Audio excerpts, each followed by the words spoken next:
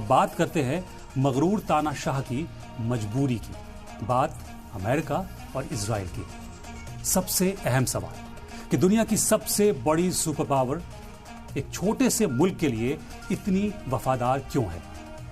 तो इसके पीछे अमेरिका में एक बहुत ताकतवर ग्रुप है जिसे एपैक यानी American Israel public affairs committee कहते हैं। एपैक यूएस कांग्रेस के इलेक्शंस में बड़े पैमाने पर फंडिंग करता है।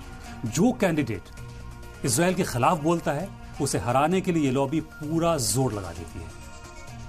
अमेरिकन पॉलिटिशियंस को पता है कि अगर वो इजराइल के साथ नहीं है तो उनकी फंडिंग रुक सकती है। दूसरी वजह है मोसाद, जो अमेरिका को मिडिल ईस्ट के हर कोने की खबर देता है। अमेरिका के लिए इजराइल एक ऐसी अनसिंकेबल एयरक्राफ्ट कैरियर है जिसे डुबोया नहीं जा सकता। इसलिए यूएन सिक्योरिटी काउंसिल में अमेरिका ने 40 से ज्यादा बार अपना वीटो सिर्फ इजराइल को बचाने के लिए इस्तेमाल किया है। एक और वजह है अमेरिका में एक बहुत बड़ा वोटर बेस इवेंजेलिकल क्रिश्चियंस हैं, जिनका मानना है कि इजराइल की हिफाजत करना उनकी मजहबी फर्ज है। ये लोग यूएस गवर्नमेंट पर प्रेशर बनाए रखते हैं